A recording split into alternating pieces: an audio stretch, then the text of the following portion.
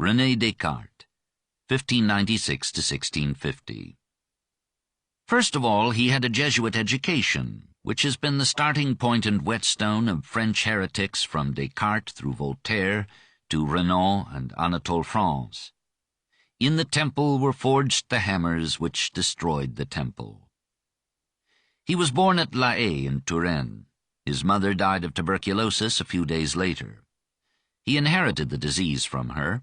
As an infant, he was so pale and weak and coughed so pitifully that the physician offered no hope of saving him. A nurse would not give him up as lost. She gave him the warmth and nourishment of her body. He came back to life, and perhaps for that reason he was called René, Renatus, reborn. His father was a prosperous lawyer, a councillor of the Parlement of Rennes, who at his death left his son an income of 6,000 francs per year. At the age of 8, he was entered in the Jesuit College of La Flèche, which, says an ardent freethinker and famous mathematician, seems to have given him a much better grounding in mathematics than he could have got at most universities at that time. His teachers recognized his physical weakness and mental alertness. They allowed him to remain in bed beyond rising hours, and noted that he used the time to devour one book after another. In all his metaphysical wanderings, he never lost his admiration for the Jesuits, and in their turn, they took his doubts with paternal indulgence. At 17, he went to Paris to sow wild oats. He found that he had none to sow, being as yet indifferent to women, but as a devoted mathematician, he took to gambling, figuring that he could break the casino bank. He went on to the University of Poitiers, where he received degrees in civil and canon law. Having gained health and strength, he amazed his friends by enlisting in the army of Prince Maurice of Nassau, 1618. When the 30 Years' War gathered impetus, he joined the forces of Maximilian, Duke of Bavaria. An uncertain tradition pictures him as having taken part in the Battle of the White Mountain.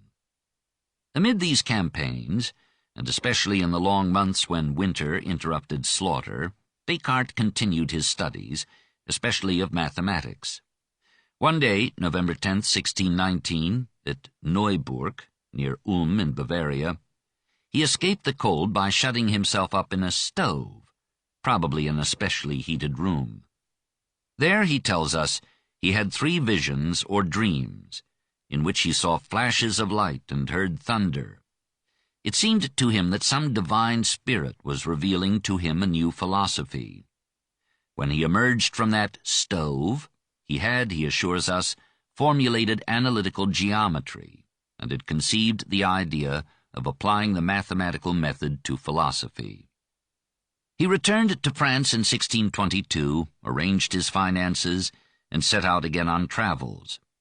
He spent almost a year in Italy, went, some say on foot, from Venice to Loreto, paid his tribute to the Virgin, saw Rome in the 1625 Jubilee, passed through Florence, did not visit Galileo, and came back to Paris.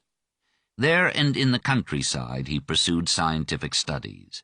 He accompanied the mathematician and military engineer Gérard Desargues to the siege of La Rochelle, 1628. Later in that year he moved to Holland, and barring some visits to France for business purposes, he spent nearly all the remainder of his life in the United Provinces. We do not know why he left France, possibly having shown forth his reasons for doubting many things. He feared accusations of heresy, and yet he had many ecclesiastical friends there, like Mersenne and Bérulle. Perhaps he sought to avoid friends as well as enemies, hoping to find in an alien land the social but not intellectual isolation in which he could give form to the philosophy that was seething within him. He disliked the bustle and prattle of Paris, but did not mind the busy traffic, soft-pedaled by canals, of Amsterdam. There, in the crowded throng of a great and very active people, he says, he could live as solitary and retired as in deserts the most remote. It may have been to conceal himself still further that he changed his habitat 24 times in the next 20 years, from Franeker to Amsterdam, to Deventer, to Amsterdam, to Utrecht, to Leiden, but usually near a university or a library. His income allowed him to live comfortably in a small chateau with several servants. He avoided marriage, but took a mistress, 1634, who bore him a daughter. We are pleased to hear that when this daughter died at the age of 5, Descartes wept humanly. We should err if we thought of him as coldly unconcerned with mundane affairs. We shall find him justifying many of the passions that moralists normally condemn. He had some himself, being subject to pride, anger, and vanity. It took a proud spirit to dare his scope. Consider what he undertook: mathematics, physics, astronomy, anatomy, physiology, psychology, metaphysics, epistemology, ethics, theology. Who would venture today on such a circumnavigation? For this he coveted seclusion, made experiments, equations, diagrams, weighed his chances of escaping or appeasing the Inquisition, and sought to give mathematical method to his philosophy and philosophical method to his life.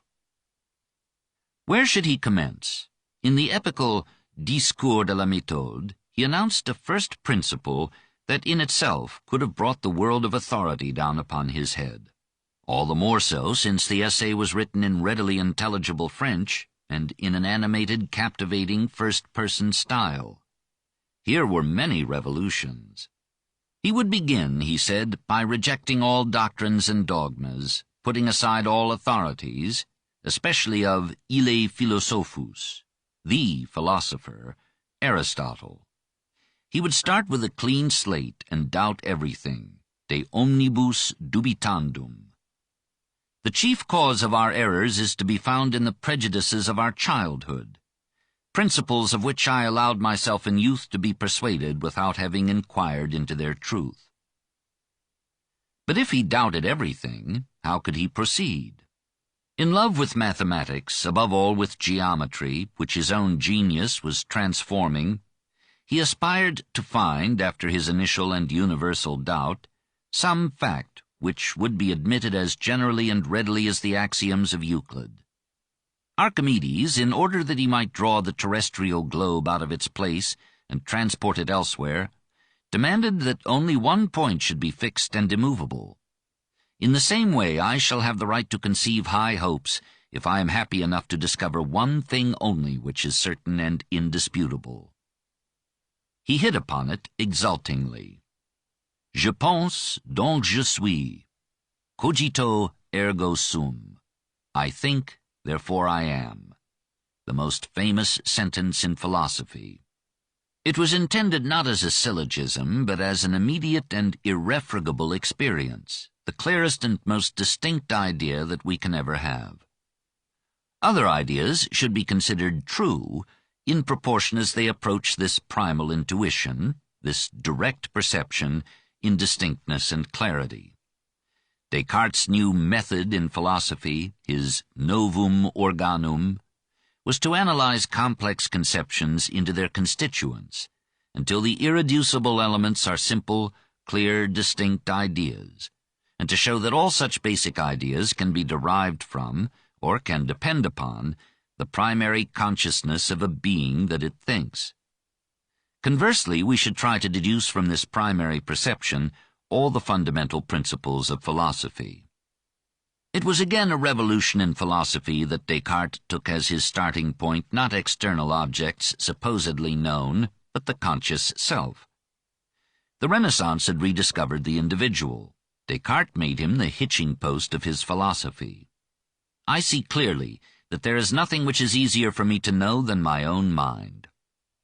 If we begin with matter and rise through levels of organic life to man, we shall be tempted by the logic of continuity to interpret mind as material. But matter is known to us only through mind. Only mind is known directly. Here begins modern idealism, not as idealism in an ethical sense, but as a philosophy that starts with the immediate fact of ideas, rather than with things known through ideas. Descartes sets the epistemological theme of modern European philosophy. No more useful inquiry can be proposed than that which seeks to determine the nature and scope of human knowledge.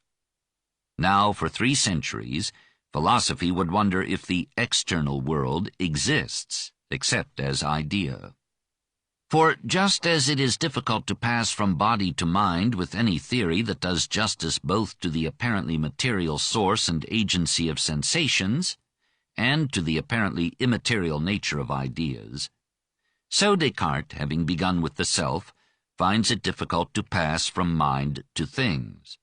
How does the mind know that the sensations that seem to attest an external world are anything more than its own states? How can it trust the senses, which so often deceive us, or the mental images that are just as vivid when false in sleep as when true in the day? To escape from this solipsistic prison of the self, Descartes appeals to God, who surely would not make our whole sensory equipment a deception. But when did God come into this system that began so boldly by doubting all received beliefs? Descartes cannot prove the existence of God from evidences of design in the external world, for he has not yet shown the existence of that world. So Descartes evolves God out of the knowing self, very much as Anselm had done in the ontological proof 6 centuries before. I have, he says, a conception of a perfect being, omniscient, omnipotent, necessary and eternal, but that which exists is more nearly perfect than that which does not. Therefore, a perfect being must include existence among his attributes. And who could have put that idea into me but God himself? It is not possible that I should have in myself the idea of a God if God did not veritably exist. For if God were a deceiver, he would not be perfect. Therefore, he does not deceive us when we have clear and distinct ideas, nor when he allows our senses to reveal to us an external world. I do not see how he could be defended from the accusation of deceit if these ideas were produced by causes other than corporeal objects. Hence we must allow that corporeal things exist. So the gap between mind and matter, subject and object, is marvelously closed, and Descartes, by the help of God, becomes a realist. Science itself, our confident belief in a logical, orderly, law-abiding, calculable universe, becomes possible only because God exists and cannot lie. As we follow Descartes, we see the infant age of reason recoiling in fear from the hazards of thought and seeking to re-enter the warm womb of faith. The Meditationes was reassuringly entitled The Meditations of René Descartes on First Philosophy, in which the existence of God and the immortality of the soul are demonstrated, and the book was dedicated to the very sage and illustrious dean of the Sacred Faculty of Theology of Paris, that is, the Sorbonne. The dean accepted the dedication, but in 1662 the volume was placed on the Index of Prohibited Books until it is corrected. It began on the same brave note as the Discours. Today, since I have procured for myself an assured leisure in a peaceful retreat, I shall at last freely and seriously address myself to the general upheaval of all my former opinions. He throws them out the window and then lets them in at the door. And not only the belief in a just and omnipotent God, but also a human will free amid universal mechanism, and a soul immortal despite its apparent dependence upon mortal flesh. Yield as we must to the logic of an unbreakable chain of cause and effect in the world of matter and body, the freedom of our wills is one of those innate ideas which are so clear and distinct, so vivid and immediate, that no one ever doubts them in practice, however much he may play with them in abstract theory. The idea of God, of the self, of space, time, and motion, and the axioms of mathematics, all these are innate. That is, the soul derives them not from sensation or experience, but from its own essence and rationality. Here Locke would demur, and Kant would applaud. However, these innate ideas may remain unconscious until experience startles them into conscious form.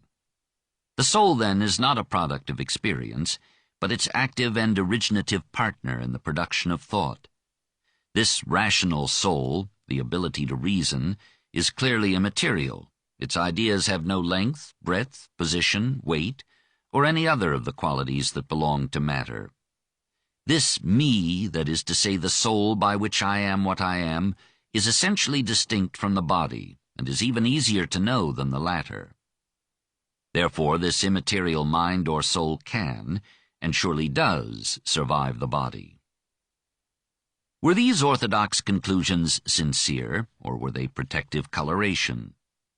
Was Descartes so anxious to pursue his scientific studies in unpersecuted peace that he exuded metaphysics like some befuddling mist to hamper birds of prey?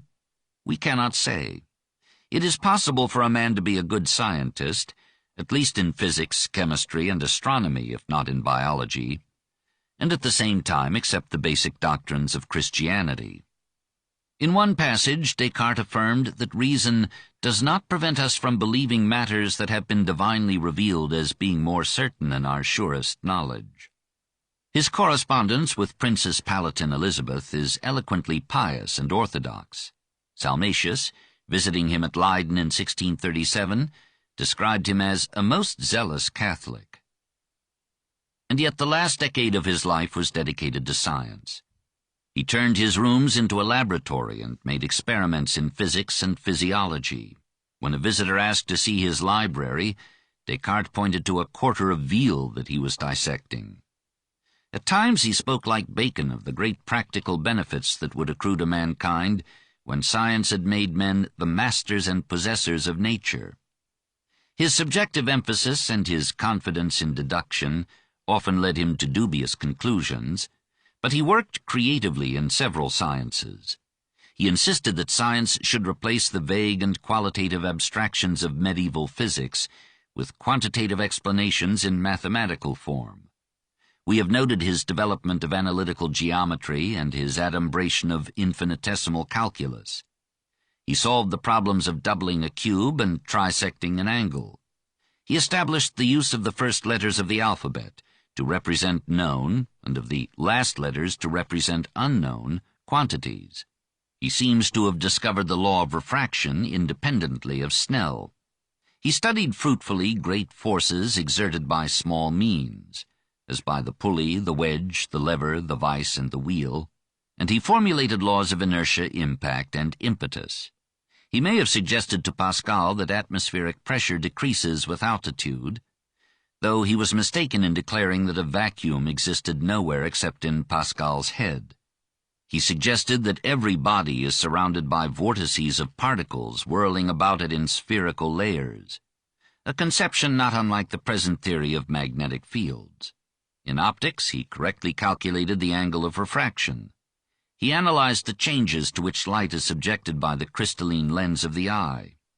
He solved the problem of correcting spherical aberration in telescopes and designed lenses with elliptical or hyperbolic curvature, free from such aberration. He dissected and anatomically described a fetus. He dissected, he tells us, the heads of various animals in order to ascertain in what memory, imagination, etc. consist. He made experiments in reflex action and explained the mechanism by which the eye winks at the approach of a blow. He developed a theory of the emotions resembling that of William James and Carl Lange. The external cause of the emotion, for example, our sight of a dangerous animal, automatically and simultaneously generates a responsive action, flight, and the corresponding emotion, fear. The emotion is the accompaniment, not the cause of the action. The passions are rooted in physiology and should be studied and explained as mechanical operations. They are not in themselves bad, for they are the wind in our sails. But when not moderated by reason, they can enslave and ruin a personality. The whole universe, except God and the rational soul, may be viewed as mechanical. Remembering Galileo and the Inquisition, Descartes is careful to present the idea as hypothetical. Assuming that God has created matter and endowed it with motion, we can imagine the world evolving thereafter by the laws of mechanics, without interference. The natural movement of material particles in a universe without a vacuum would take a circular form, resulting in diverse vortices or whirlpools of motion. The sun, the planets, and the stars may have been formed by the concentration of particles at the centers of these vortices. Just as every body is surrounded by a whirl of fine atoms, which explains cohesion and attraction, so each planet is enclosed in a vortex of particles that holds its satellites in orbit. The sun is the center of a vast vortex, in which the planets are swept around it in circles. It was an ingenious theory, but it fell apart when Kepler proved that the planetary orbits are elliptical. Descartes proposed that if our knowledge were complete, we should be able to reduce not only astronomy and physics and chemistry, but all the operations of life, except reason itself, to mechanical laws. Respiration, digestion, even sensation are mechanical. See how beneficently this principle worked in Harvey's discovery of the circulation of the blood. Descartes confidently applied the mechanical conception to all the operations of animals, for he refused to credit them with the power of reasoning. He may have felt religiously compelled to do this injustice to animals, for he had based the immortality of the soul upon the immateriality of the rational mind. And if animals too had such minds, they too would be immortal, which might be an inconvenience, if not to dog lovers, at least to theologians. But if the human body is a material machine, how can the immaterial mind act upon it, or govern it by so unmechanical a power as free will? At this point Descartes lost his confidence. He answered desperately that God arranges the interaction of body and mind in mysterious ways, beyond our finite understanding. Perhaps, he suggested, the mind acts upon the body through the pineal gland, which is appropriately situated at the middle base of the brain. The rashest act in Descartes' life was his request to Mersenne to send advance copies of the Meditationes to various thinkers with an invitation to submit criticisms. Gassendi, in reply, demolished Descartes' contentions with Gallic courtesy. The priest was not convinced by the ontological argument for the existence of God. Hobbes objected that Descartes had not proved the mind's independence of matter and the brain. Privately, according to Aubry, Hobbes was wont to say that had Descartes kept himself wholly to geometry, he had been the best geometer in the world, but that his head did not lie for philosophy. Huygens agreed with Hobbes and thought that Descartes had woven a romance out of metaphysical webs. It is simple now, profiting from 3 centuries of discussion, to point out weaknesses in this brave first modern system of philosophy. The idea of reducing philosophy to geometrical form condemned Descartes to a deductive method in which, despite his experiments, he relied too recklessly on his flair for reasoning. To make the clarity, distinctness, vividness, and immediacy of an idea the test of its truth was suicidal, for on that basis who would dare deny the revolution of the sun around the earth? To argue that God exists because we have a clear and distinct idea of a perfect and infinite being, do we? And then to argue that clear and distinct ideas are trustworthy because God would not deceive us, is a form of reasoning as circular and dubious as Descartes' planetary orbits. This philosophy is dripping with the medieval scholastic conceptions that it proposed to reject. Montaigne's doubt was more basic and lasting than that of Descartes, who merely removed traditional nonsense to make room for his own. Even so, there remained enough in his science, if not in his metaphysics, to make him fear persecution. His theory of universal mechanism left miracles and free will in a parlous state, despite his professions of orthodox belief. When he heard of Galileo's condemnation, June 1633, he put aside the major work, Le Monde, in which he had planned to unite all his scientific work and results, and he wrote sadly to Mersenne, "This has so strongly affected me that I have almost resolved to burn all my manuscript, or at least to show it to no one. If it, the motion of the earth, is false, all the principles of my philosophy, of world mechanism, are erroneous, since they mutually support one another. But on no account will I publish anything that contains a word that might displease the Church." At his death, only a few fragments of Le Monde could be found. The attack came not, in his lifetime, from the Roman Church, but from the Calvinist theologians in the universities of Utrecht and Leiden. They considered his defense of free will as a heresy dangerous to predestinarianism, and they saw in his mechanical cosmogony a descent to within a step of atheism. If the universe could get along with merely an initial impetus from God, it was only a matter of time till God would be absolved from that inaugural push. In 1641, when a Utrecht professor adopted the Cartesian system, the rector of the university, Gijsbert Vicius, persuaded the city magistrates to ban the new philosophy.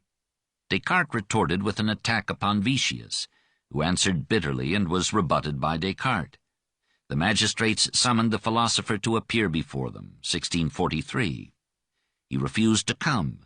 Judgment was passed against him, but his friends at The Hague intervened, and the magistrates contented themselves with a decree forbidding any further public argument either for or against Descartes' ideas. He was consoled by the friendship of Princess Elizabeth, who, with her mother, Electress Palatine Elizabeth, the dethroned Queen of Bohemia, was living at The Hague. The princess was 19 when the Discours appeared, 1637.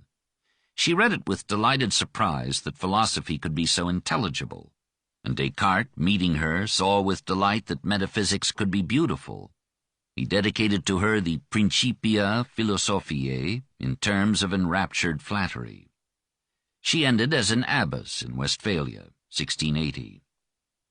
Not quite so happy in Holland as before, Descartes now frequently visited France, 1644, 1647, 1648.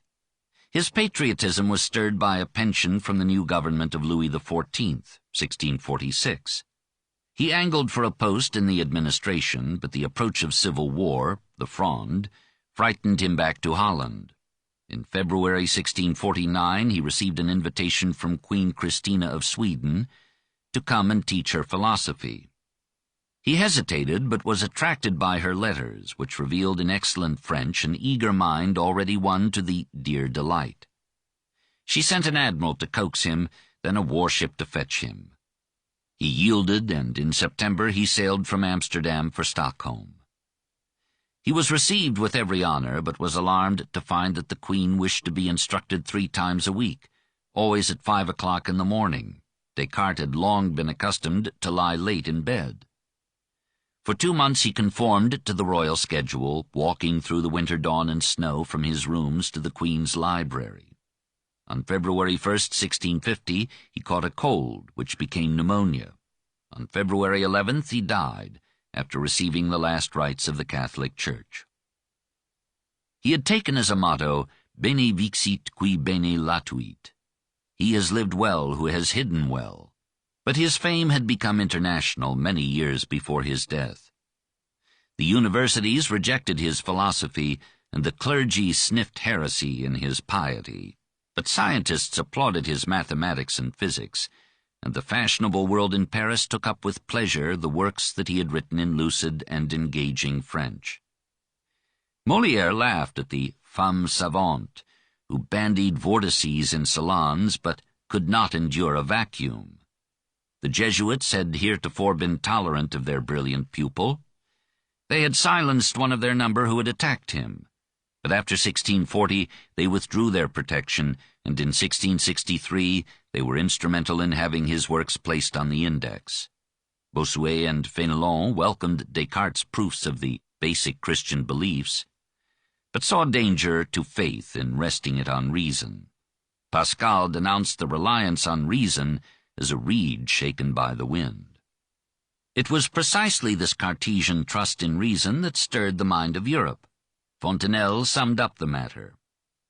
It is Descartes who gave us a new method of reasoning, much more admirable than his philosophy itself, in which a large part is false or very doubtful according to the very rules that he has taught us.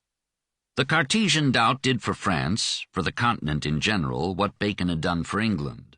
It freed philosophy from the barnacles of time and set it bravely sailing the open sea, even if, in Descartes, it soon returned to safe and familiar ports. Not that there was any immediate victory for reason. Through France's most brilliant age, the Grand Siècle of Louis XIV, tradition and scripture more than held their own. It was the epoch of Port-Royal, Pascal, and Bossuet rather than of Descartes' inheritors. But in Holland, that same period was the age of Spinoza and Bayle, and in England it was the time of Hobbes and Locke. The seed was sprouting. Descartes' work had some influence on French literature and art. His style was a refreshing innovation. Here was philosophy in the vernacular, dangerously open to all, and seldom had a philosopher spoken with such charming intimacy, recounting the adventures of reason as vividly as Froissart recounting an exploit in chivalry. That brief and digestible Discours de la Méthode was not only a masterpiece of French prose, it set the tone, both in its language and in its ideas, for the classic age in France. For order, intelligence, and moderation in letters and arts, in manners and speech. Its emphasis on clear and distinct ideas suited the Gallic mind. Its exaltation of reason became in Boileau the first principle of the classic style. Aimez donc la raison, que toujours vos écrits empruntent d'elle seule et leur lustre et leur prix. Love reason, then. Let your writings ever derive from it alone their luster and their worth. For 2 centuries, the French drama became the rhetoric of reason competing with the turbulence of passion. Perhaps French poetry suffered from Descartes. His mood and his mechanisms left small scope for imagination or feeling. After him, the ebullient chaos of Rabelais, the formless meandering of Montaigne, even the violent disorders of the religious wars, gave way to the rational arguments of Corneille, the rigid unities of Racine, the logical piety of Bossuet, the law and order, form and manners of the monarchy and the court under Louis XIV. Unwittingly, Descartes had shared in inaugurating a new style in French life as well as in philosophy.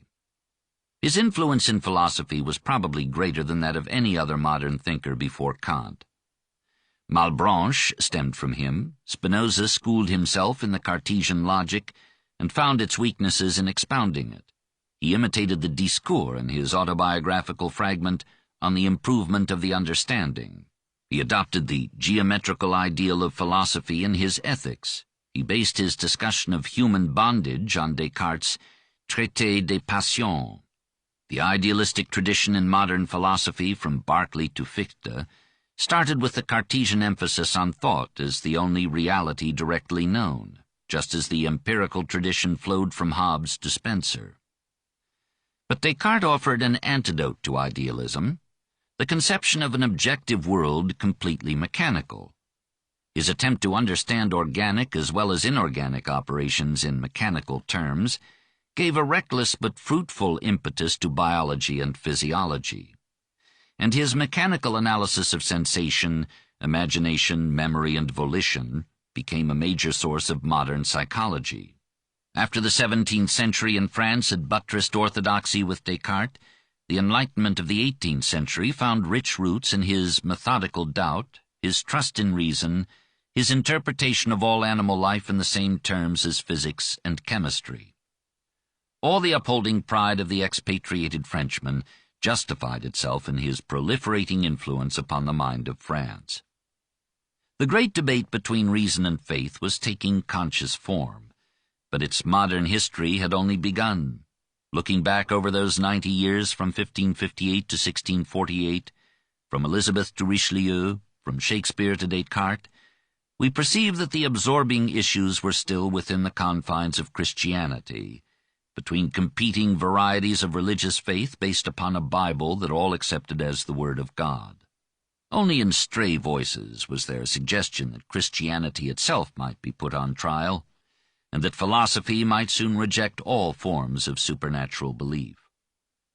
After these first steps in the conflict, Catholicism remained supreme in Spain and Portugal, where the Inquisition still spread its terror and pall. In Italy, the old religion had taken a humaner form, beautifying life with art and anointing mortality with hope. France compromised. Christianity survived vigorous and fruitful among the people, Catholic or Huguenot, while the upper classes frolicked with doubt, postponing piety to the eve of death. The Netherlands made a geographical compromise. The southern provinces kept Catholicism, while Calvinism triumphed in the north. In Germany, Protestantism was saved by a French cardinal, but Bavaria and Austria were confirmed in their former allegiance, while Hungary and Bohemia were recaptured for the papacy. In Scandinavia, Protestantism became the law of the land, but the Queen of Sweden preferred the ceremonies of Rome. In England, Elizabeth proposed a gracious union of Roman ritual with national liberty, but English Protestantism, dividing into a swarm of sects, displayed its vitality and risked its life. Amid this clash of armies and creeds, the International of Science was laboring to lessen superstition and fear. It was inventing or improving the microscope, the telescope, the thermometer, and the barometer. It was devising the logarithmic and decimal systems, reforming the calendar, and developing analytical geometry. It was already dreaming of reducing all reality to an algebraic equation. Tycho Brahe had made the patiently repeated observations that enabled Kepler to formulate those laws of planetary motion which were to illuminate Newton's vision of one universal law. Galileo was revealing new and vaster worlds through his ever larger telescopes, and was dramatizing the conflict of science and theology in the halls of the Inquisition. In philosophy, Giordano Bruno was letting himself be burned to death in the attempt to reconceive deity and the cosmos in terms worthy of Copernicus. Francis Bacon, summoning the wits to science, was mapping its tasks for centuries to come, and Descartes, with his universal doubt, was giving another cue to the age of reason. Morals and manners were molded by the vicissitudes of belief. Literature itself was touched by the conflict, and the ideas of philosophers echoed in the poetry of Marlowe, Shakespeare, and Donne.